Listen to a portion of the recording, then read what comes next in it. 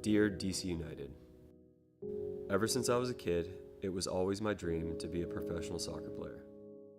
I'll never forget when my name was called by DC United as the number 2 pick in the 2014 MLS Super Draft. Defender Steven Birnbaum. I can't wait. DC's a great organization. Ben's a great coach, and I'm just so excited to be here. I can't wait. I can't wait to get into DC and just hopefully contribute right from the beginning. I found myself in a brand new city on the East Coast, but the Black and Red family immediately welcomed me with open arms. They made me feel like I was right at home. Get the cross. That's Birnbaum, the rookie. Delightful right, Phillips spinning. I remember my first time at RFK Stadium, being in awe of the orange bouncing stands and the smell of beer on the field after we scored. The stadium was old, beat down, and never lacked character, and I loved every minute of it. Now on the Saturday, sending it in, it's in the net. Birnbaum scores. More magic. We started a new era at Audi Field in 2018, a beautiful stadium in the heart of DC. This is our new home, a home that reflected the passion for not only the club, but for the sport of soccer in the DMV. Sending it in, the header, oh, it's in the net! It is in the net! Steven Birnbaum! Birnbaum strikes again!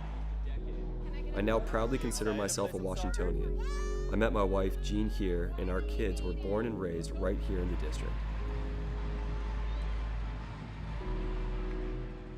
This organization took a chance on me in 2014 and have stuck by me through all the ups and downs of my career. I will forever be grateful to DC United for letting that same kid live out his soccer dreams. I gave everything I had on the field until I physically couldn't. It's now time for me to hang up my boots and end my career as a professional soccer player. The end of one journey means the beginning of another, and I can't wait to get started. Thank you to everyone who made my last 11 years so memorable. I will be forever grateful. Sincerely, Steven Birnbaum.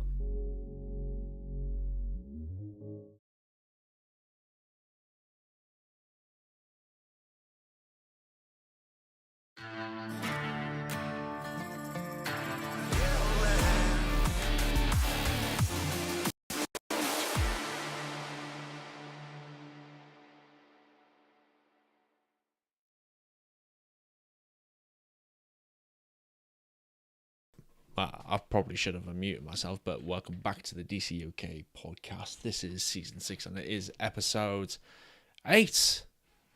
And as always, I'm your host, James Graham. That, unfortunately, is a bit of a somber start to the show, where this week Steve Birnbaum announced his retirement, and an end to a career that has had highs and lows, and we here at DCUK want to say thank you so much for what you've done for the club.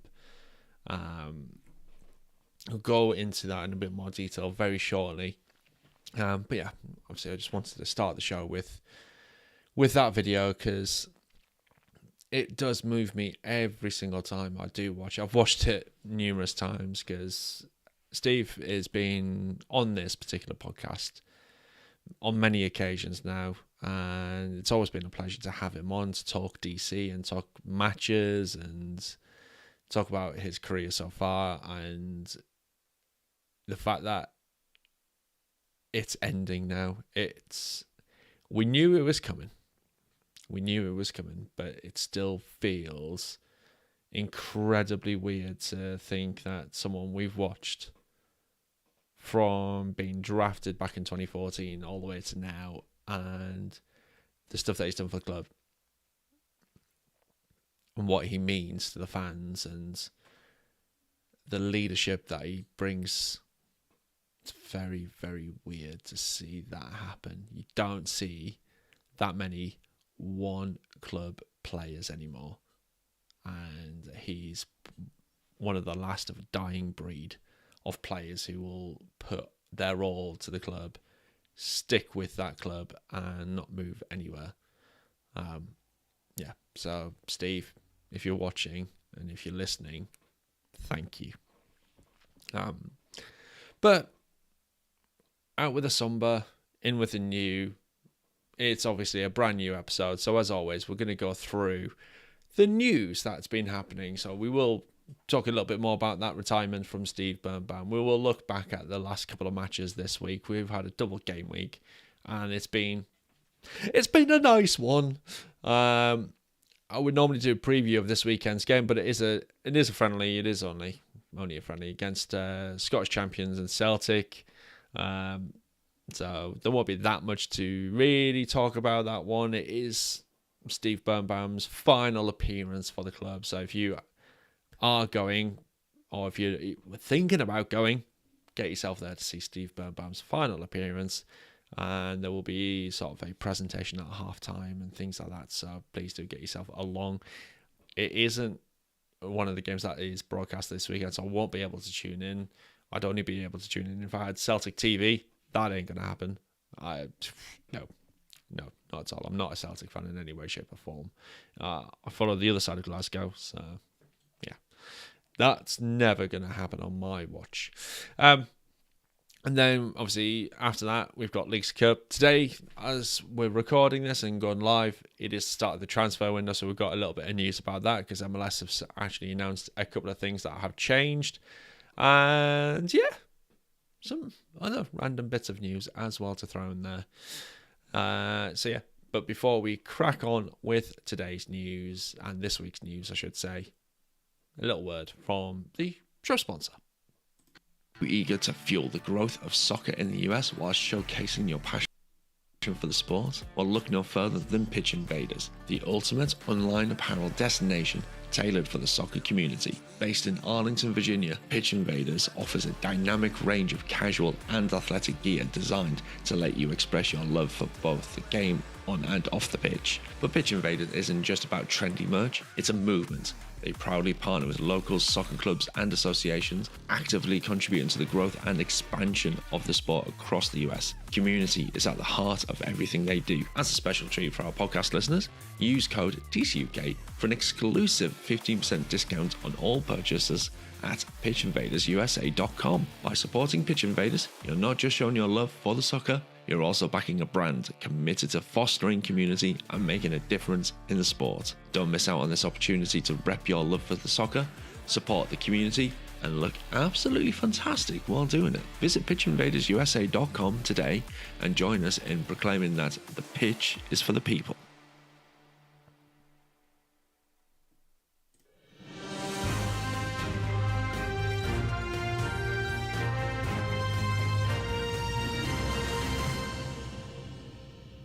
Do love that little bit of an intro to the news. I know I say that every time we do this podcast, but it never gets old. It never gets old. So yeah, welcome to the news section of the episode. And yeah, we will start off with the Steve Birnbaum retirement. I know I've already been talking about this a little bit in the show so far. But yeah, again, a huge thank you to Steve and what he's done for the club. From the moment he was drafted in, through the ups and downs, it's just been a whirlwind of a career. He's had 275 appearances since he was drafted back in 2014. He's played at the US men's national team level.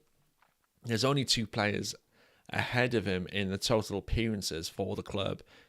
Jaime Moreno, one of the big reasons why I support DC United, made 386 appearances for the club, and Bill Hamidou made 297 appearances for the Black and Red, who's currently playing in NPSL, which I'm not sure how I feel about that.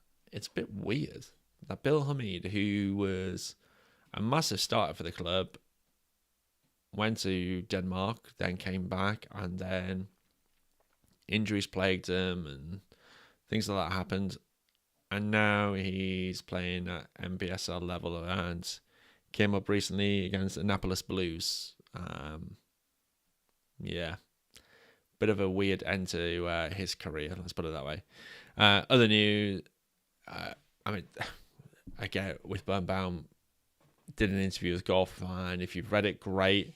I've only been able to pick up some things, little snippets online, and some of the things that has been said in this just shows you the things that he's been through for this club. He said things like, I told myself I was going to play until the wheels fell off, and now they've come off. He's been battered by injuries that will require him to have knee and hip replacements. And it's left him unable to keep up with his children, which is a horrible thing to think about. A 33-year-old not able to keep up with his kids. I mean, I know I'm 36 and I struggle to keep up with my kids, but he's a professional. I shouldn't say is anyway. He was a professional footballer, and think that's just a very strange thing. There was times that he couldn't walk after games and practices. There's no cartilage in his knee, no meniscus. It's bone on bone. It's to the point where I couldn't put 2 training sessions together. That's, yeah. You know, that's it. That's game over. Yeah. So once again, thank you, Steve, for everything that you've done for the club, and appreciate all the effort, the head injuries that you've taken, the knee injuries, ankle injuries, foot, everything that you've been and put yourself through for the Black and Red.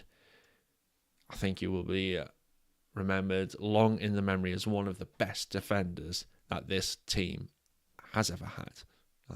So, once again, thank you, Steve. Moving on from that, today, DC have acquired $75,000 in GAM for the discovery rights for Henry Wingo. That has come from Toronto. I really don't understand the whole discovery rights scenario and things like that. It's very, very weird why that is still a thing, because you shouldn't be down to which club gets to decide who they discover. Should be just whoever signs them. That's what I thought, but, you know, MLS. Good work. And also, speaking of MLS, they mentioned earlier on, they've announced new roster rule changes just in time for the start of this summer window. Because, you know, who doesn't love a mid-season change in roster rules? I'm sure they did this last year, and now they've done it again this year. It's just like, don't change things midway through an active season. Do it at the start or do it at the end. Never, ever change squad rules during the season. But anyway, there are two new versions that you can go for now. You have, it's what's called the 6 prime player spots. And there's 2 combinations that you can have.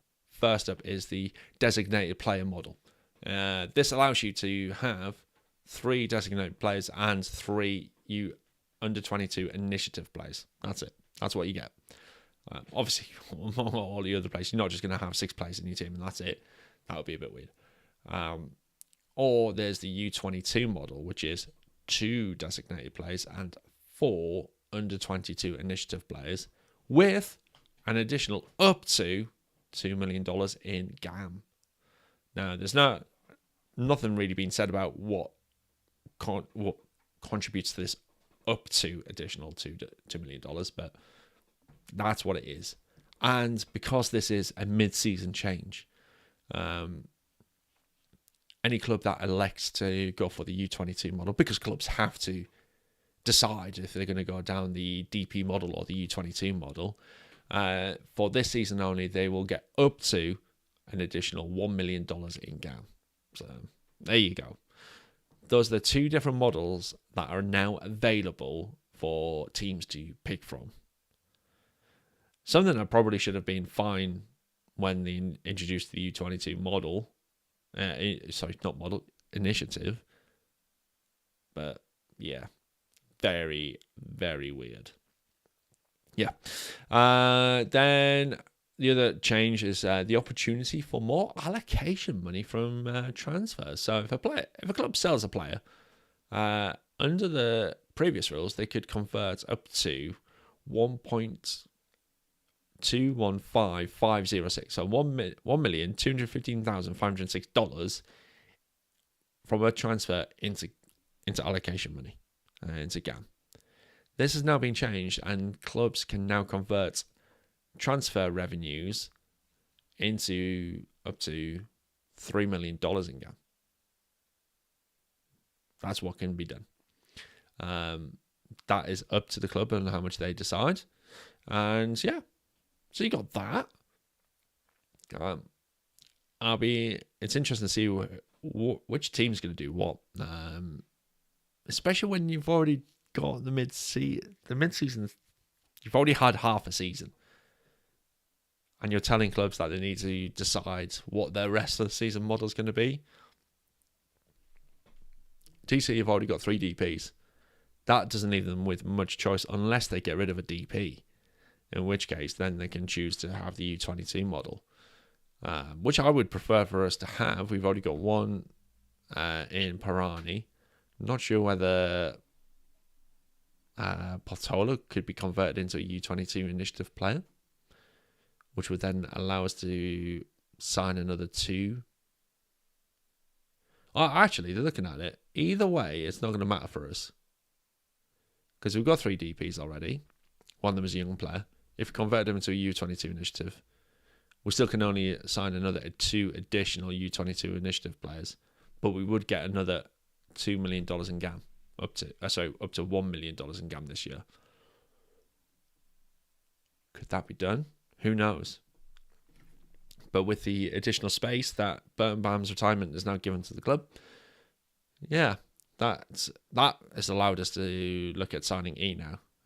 That Goff's been mentioning, and Tom Bogart. There is that opportunity there as well. So, yeah, interesting times ahead. Schnegg and Dominique Bargy now available for us to select. They were obviously announced before the window started. They should be now available for selection as long as visas were fine. That's going to be good to see. Whether they get an appearance this weekend, we'll wait and see on that. And then Goff said yesterday that there's obviously with the gap in schedules, Audi Field's playing surface is going to be replaced following the DC United Leagues Cup match on July 31st, according to DCU officials. Now, this pitch has taken a bit of a beating this year already, what with Washington Spirit playing there, I see the club, DC United. Then we've recently had the USA Scotland Rugby Union match, which doesn't half tear up pitches, to say the least. So, amazed that we had that game last week, and then we had the Nashville game straight after that. Yeah, so very, very weird, but definitely needed. Interesting to see what type of pitch that goes down, though. Whether it's going to be a sort of a combination of real and Astro. We'll see. We'll see what happens. Random news-wise, when I was looking online on Twitter earlier, rumour has it Patrick Vieira could be the next US men's national team head coach. This has been spotted from MLS Moves. An interesting decision, that one, if that was to go ahead. Patrick Vieira, who has not had the best managerial record, shall we say. I'm just going to bring his page up. So if we just scoot on over to the browser page. So we've got managerial career, Man City's, NYCFC, then Nice, Crystal Palace, and then Strasbourg. And if we scroll a bit down, we got his managerial record here? No. Oh, Wikipedia. Oh, there we go. Managerial record. Win percentages: NYCFC 44.44, Nice 39.33. Then down again with Crystal Palace 29.73, and then back up again with Strasbourg at 35.9. Could be not a good one for a few folks who follow and are American, follow the US men's national team. Let me know what you think about that. will you enjoy having Patrick Vieira as your head coach? Yeah. Speaking of international head coaches, we obviously had Gareth Southgate no longer in charge of England, so that is now a thing. We are head coachless, and it didn't come home, unfortunately. We had the final. I had family round at the weekend.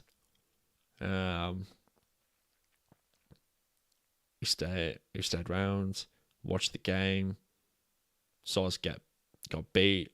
We had that moment where we thought it could be on, that equaliser, but unfortunately, it wasn't to be. The better team won. I have to admit, the better team won. And no matter what people say about that at a time, 4 minutes, and Spain were rolling around on the floor for at least half of that, we didn't deserve to win. We were lucky to get as far as we did. And I think the right decision in Southgate leaving. And yeah, he's taken as far as he can. A couple of finals, semi-finals, quarter-finals. He's done incredibly well with what we've got. It's now time for someone else to take the helm and carry on that legacy. And fingers crossed, we can make that next step and become champions of an international tournament. Whether it's the Nations League, whether it's the Euros, or whether it's a World Cup. Time will tell. But yeah, like I said, it didn't come home. But you know what did? 6 points. 2 back-to-back victories. That was amazing. Let's just take a look at the game against Nashville. This was incredible, I have to admit. I watched the highlights in this game. Like I said, I had family rounds over the weekend. Didn't stay up for either of these games. If I'd stayed up for this one, I would have been dead the next day because I had golf at 9 a.m. And if I was going to bed at 3 o'clock in the morning, getting up at I would have had maybe 4.5, maybe 5 hours of sleep on a hot day. I mean, today is absolutely roasting, but would have had little sleep, got up, played 9 holes, and then gone to a medieval festival, because we have that over here where I live. The largest free medieval festival in all of Europe. That was a walk of 2 miles to the venue. Go around that on a hot afternoon. Walk back home. Yeah. And then watch the football in the evening. Definitely would have not survived that day. So yeah. Didn't watch this one, but I caught the highlights. Go and follow Daniel3Photos on Instagram. He does the photography for DCUK. And he got some extremely good shots from that game, especially when Dahomey scored. The celebration with the old hearts, fantastic. Go and follow him. He's a great guy. Does some great photography, and he's also on Twitter as well. And I always tag him in anything that I share from him. You'll see a lot of collaborations between the two of us as well. So yeah, go and follow him. He's fantastic. But yeah, a 2-1 victory. Dahomey double, which I don't think anybody was expecting to happen. First goal was a nice little goal. But that second was a hell of a finish. 4 minutes later, outside the box, drills it into the top corner. Bob's your uncle, fannies your aunt. Victory. Let's take a look at the stats, break it down. So we had more possession than Nashville did, 54.3 to 45.7. 18 shots to 10. 7 to 3 on target. And, just all out dominance. It was just a fantastic game. expected goals 2.2 to 1. The right result on paper. What can I say? It was fantastic. We look at the lineups. I was pleased with it. It was a nice, tasty lineup. Bono was back in goal after Tyler Miller had been in between the sticks and not particularly performed all that well. McVeigh at the back, Paltola, Herrera, Dahome on the wide right. Then you had that central three of Click, Rodriguez and Stroud, which has seemed to work rather well. Pedro Santos out on the left, Benteke and Ted up top. Now, I've said it before and I'll say it again. Ted needs to be doing more and contributing more in terms of goals and assists. He had a couple of opportunities in this game, but he still needs to do more in my books. Otherwise, I don't want to see him in the starting lineup. As harsh as that sounds, I think we've got better players that could be starting for us. And that includes the likes of Gabriel Pirani, who seems to be starting to come on more and more as he's getting game time. We've obviously signing the likes of Enau, which would be an essential position. So Rodriguez would probably be the one who drops out. Stroud, far too key for us to be leaving out the 11. You're not going to drop Click. He's a DP. And just absolutely solid for us. So what happens here? Do we change to a full-back formation and Herrera goes to the right-back position, and then you've got McVeigh and Paltola potentially at centre-back, or Bartlett, who's been usually quite solid, and then Pedro at left-back, or Schneck when he comes in.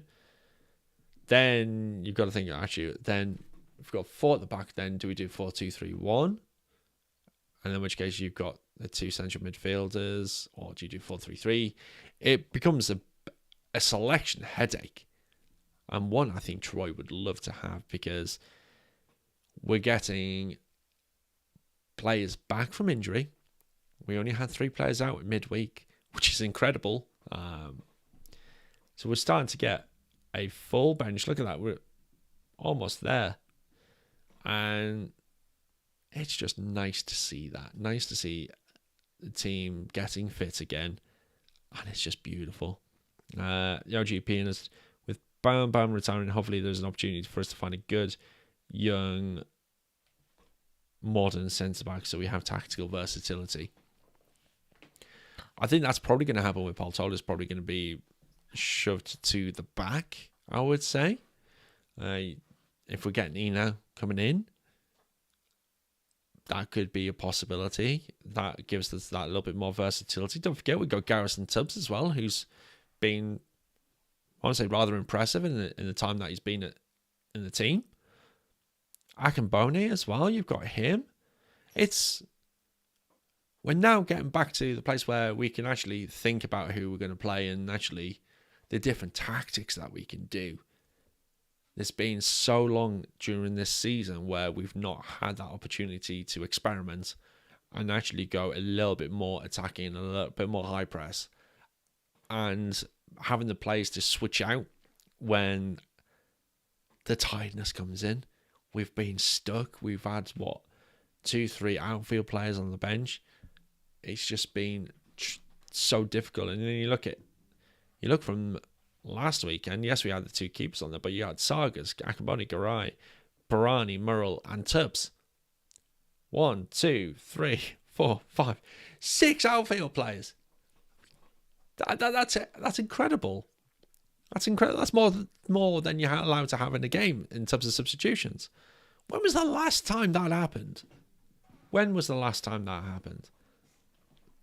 So yeah, absolutely pleased as punch about that. It's just been nice to see, and I'm over the moon. Over the moon that we've got that win at the weekend. That was a lovely way to wake up on Sunday morning. Wake up, see a 2-1 win. I was like, I wish I'd stayed up. And that's a nice thing to think about, thinking, well, I wish I stayed up. And then we move on to the Minnesota game. Now, a road game against Minnesota where they've won each of the previous fixtures at Minnesota. Not much expectation for this one. I thought it'd be nice if we get a point. Great if we get a win. But you know what? If we get beat, I'm not going to be overly surprised by that one. But then, again, to wake up to a victory, it was like, what? Yeah, loved it. Absolutely loved it. And again, I watched the highlights earlier on today, and to have a goal in the 90th minute and then to score not long after to get the winner, that's chef's kiss right there. There's no better way to win a game than to score goals in the final minutes of the game. You just have that wonderful, wonderful euphoria. And it's so difficult to come down from that. So, again, kind of glad I didn't watch it, because today would have been a struggle. I think it was a 1:30 kickoff over here in the UK. That would have meant I would have been going to bed at what? 3:30, 4 o'clock in the morning. And if I watched that and I saw us get that winner, I probably wouldn't have gone to sleep. I would have just stayed awake and gone to work. That's what that would have done to me. So yeah, again, watch the highlights.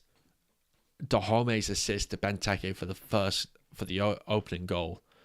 Dahome, a brilliant assist. I don't think that's been shouted enough about. It was a simple enough ball, but so many times when we've just not done that. So after having that brace from the weekend, getting an assist last night, and Benteke, so often we've seen him only scoring with his head and occasionally scoring with his feet. And we see him able to go around one, quite lucky, but still have to just go past one player, shrug off another, and slot underneath the keeper. Beautiful. Really, really happy about that one. And then they scored a couple of goals. Timu Pukki started having a Pukki party.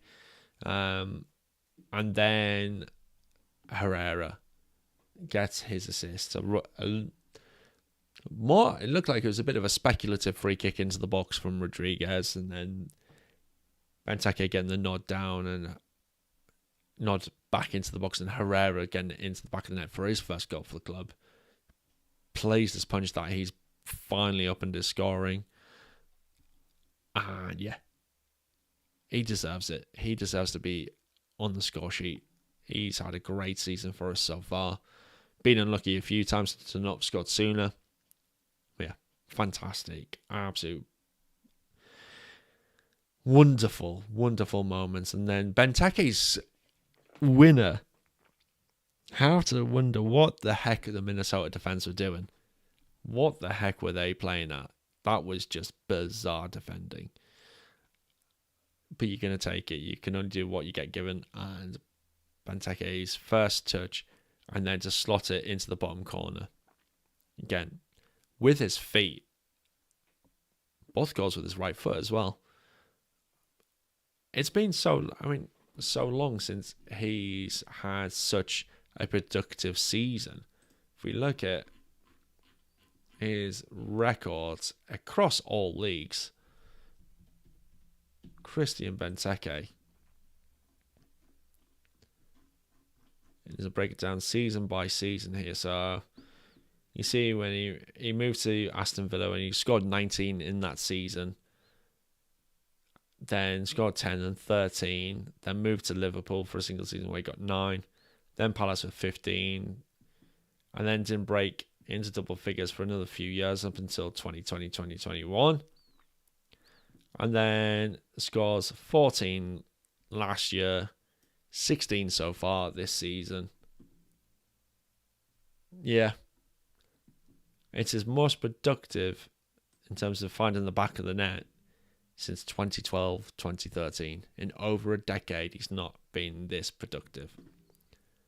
So he's coming into sort of the twilight of his career, the peak of it, and we are here for it. And we are getting to witness what is happening right now right in front of us. And it's glorious. Absolutely glorious. Now you're probably thinking, James, we've had back-to-back wins. When was the last time that happened? And let me tell you when that happened. Because I'm going to go to the form guide. It's just going to take a moment to load. Because it's the MLS website. It's not the quickest. I'm going to scroll down. We're currently 22nd in the supporters shield. But the last time we had back-to-back wins was definitely not this season. You look at that. We started off with a victory over New England. And then we had one defeat in the first 5 games, which felt great. Felt like starting all right. Then we got another win. And then another draw. And then things started to go a little bit haywire. And now we've just had these back-to-back victories. So, James, when did we have those back-to-back wins last? Well, we're going to have a look at 2023. Eventually. And you have to go all the way back to April of last year as to when we had back-to-back victories last. And that was back-to-back-to-back. That was Montreal, Orlando, and Charlotte. So it's been a long old time since we've had 2 wins on the bounce. Yeah, it's a nice old feeling, this. A nice old feeling. And then you're like, James, where does that put us in the table? I'll tell you. It puts us in 11th in the East. So we're moving on up. We're moving on up. 26 points, 1.04 points a game so far. The same as Atlanta and Chicago, who are currently a point behind us, but they do both have a game in hand. Philadelphia down on 24 points. They've got a game in hand on us as well. And then New England, who are on 22 points, but they've played 22 games now. They've got 3 games on hand on us, but they are doing incredibly badly at the moment. They just can't. If we were to go back to the form guide again, they've lost the last 3 games at once. They did have an incredible run of 4 wins in a row. 5 wins out of 6, in fact. But if it wasn't for that, they would be in dire straits. Absolute dire straits. But they are bottom of the East right now. We're looking. Now we can look above us and go, well, James, how far away are we from making playoffs? Well, I'll tell you. We're 7 points away from the actual playoffs, but we are only a single point away from the play-ins. And that is Toronto and Montreal right now, the Canadian clubs in our conference. And Toronto, they started off so well right now. And they have gone downhill. They had back-to-back-to-back wins. They had a back-to-back win at the start of the season as well. So they had a good start. But since 1, 2, 3, 4, 5, 6, 7, 8, 9, 10, 11, 12, 13, 14. In the last 14 games, they've had 2 wins. Which, to be fair, is incredibly similar to us. They're on as poor form as we are. Go figure. Go figure. And when we look at what's coming up for them, they've got that game against Montreal coming up next. That's going to be an interesting one for us anyway, from our perspective. Then they've got Houston, and then they've got us. That's going to be a big game for us in our season right there. Then they've got Austin, Columbus, Colorado, Chicago, and then finishing off the season at Red Bulls. And then for Montreal, Toronto, New England, so they probably will win that one. Cincinnati, that on the road. Charlotte, New England. God, they've got New England twice in a very short space of time. And then Chicago, San Jose, Atlanta, and Charlotte. So you're looking at that. They've got New England twice. They've got San Jose, who are doing worse than New England somehow. So Montreal have got a fairly easy run in there, to say the least. And then for us, yeah, so we've got Dallas, Toronto, Chicago, NYCFC, Philadelphia, Columbus, Nashville, and then we end the season at New England Revolution. So not too bad. So yeah, Toronto and Chicago, they're both pretty tricky fixtures in the grand scheme of things. The teams around us, we really need to be winning those ones. NYCFC, who are further up the table, they did have a really bad start, but they've come on leaps and bounds recently. But no, poor bit of indifferent form, let's call it. Philadelphia, who had a big old win at yesterday with a 5-1 victory over New England Revolution.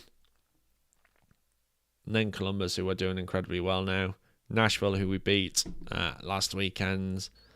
And then, yeah, New England. So it's going to be a good old end to the season. It could be exciting. There could be lots happening. I'm here for it. I'm absolutely here for it. So, yeah. That is a look at what's coming up.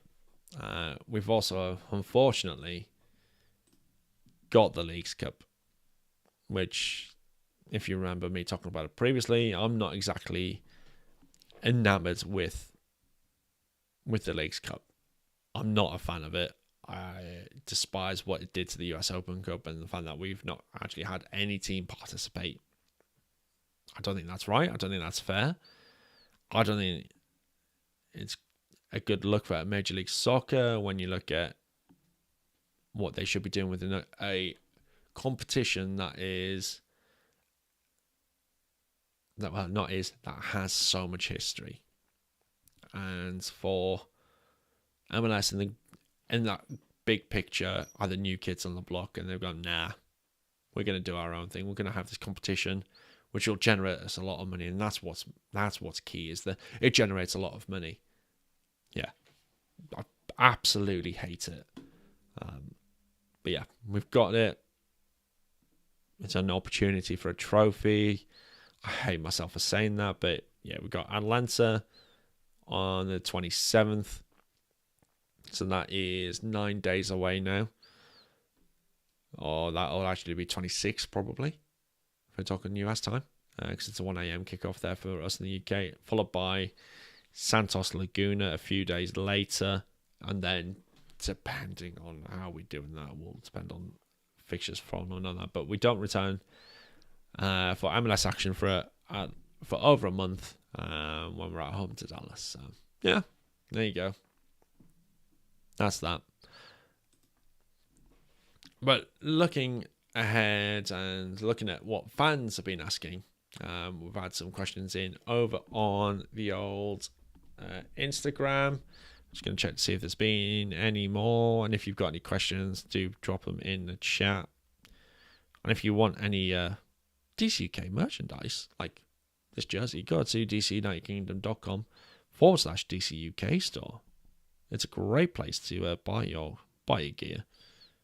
It helps support the channel and the podcast.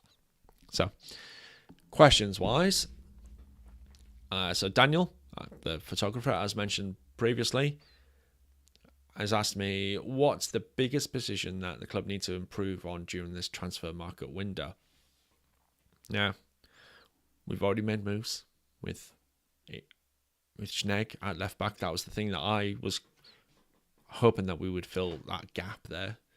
It's been Pedro Santos can only do so much, bless him.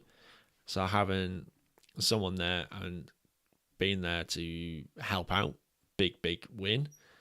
Then the only other position really for me, I know we've got Dominique Bargi coming in. Whether that's enough competition or not, I don't know. Whether it's good competition remains to be seen. But for me, I think it's either going to be another striker or a winger. One of the two. A magician out wide. That would be... It's, well, basically an attacker. A magician, a true playmaker. Because right now, unfortunately, Pirani just isn't quite there just yet. This player, whoever we bring in, needs to be a ready-made one, I think. We can't... And that will cost money. And whether we have that ability to do that, I don't know. Whether we're able to use a U22 initiative player to get someone in, maybe it's a South American. Well, I'd imagine it would be a South American. They're usually the flair type players that everyone gets excited about.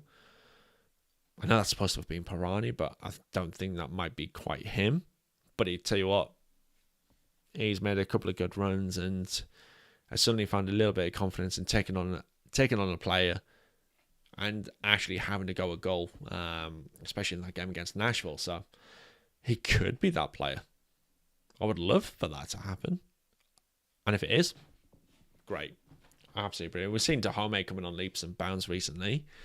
Rodriguez has suddenly found a good bit of confidence and looks really good in the centre of the pitch at the moment. So, yeah, we could. Now that we've got players back, it's starting to feel a lot better and feel more like how we thought things were going to happen at the start of the season and how surprised we were.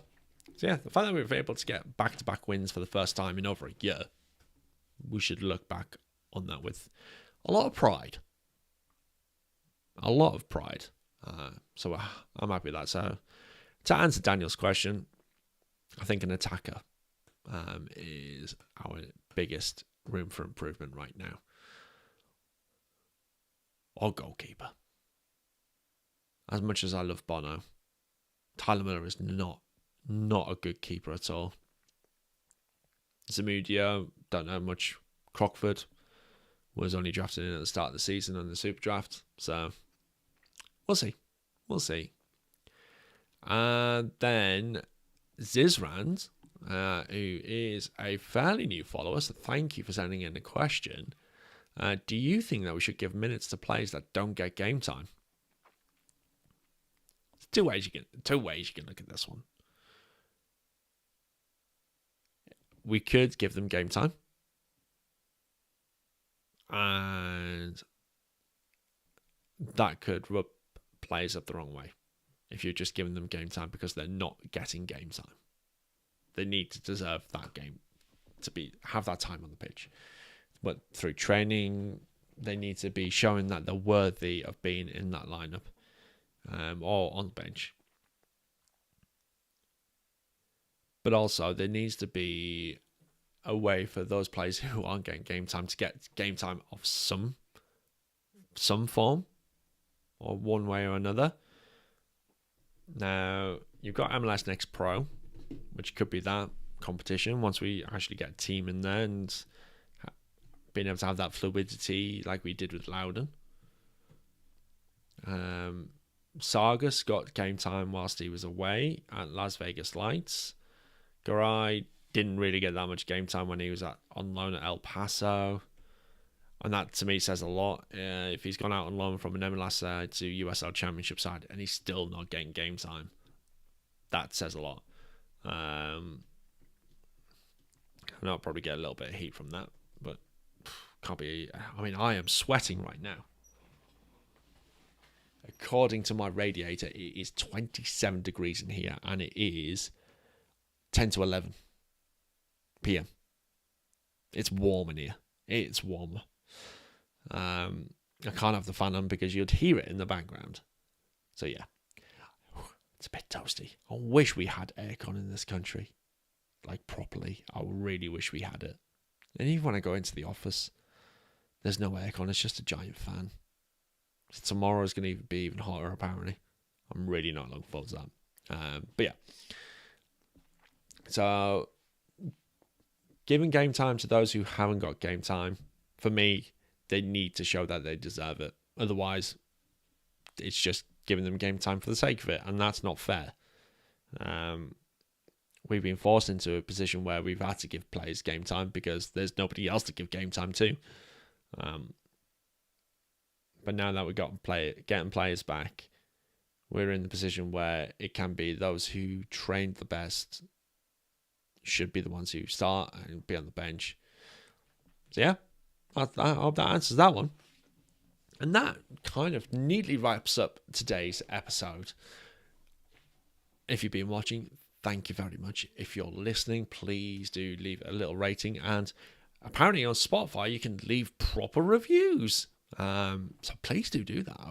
I'll enjoy reading that. And if you're listening to on Apple Podcasts, again, do the same. Please leave a review. I will enjoy reading anything you've got to say. Hopefully it's positive. And yeah, that's it for this week. It's nice to be back again. It's been a couple of weeks, and I enjoy it.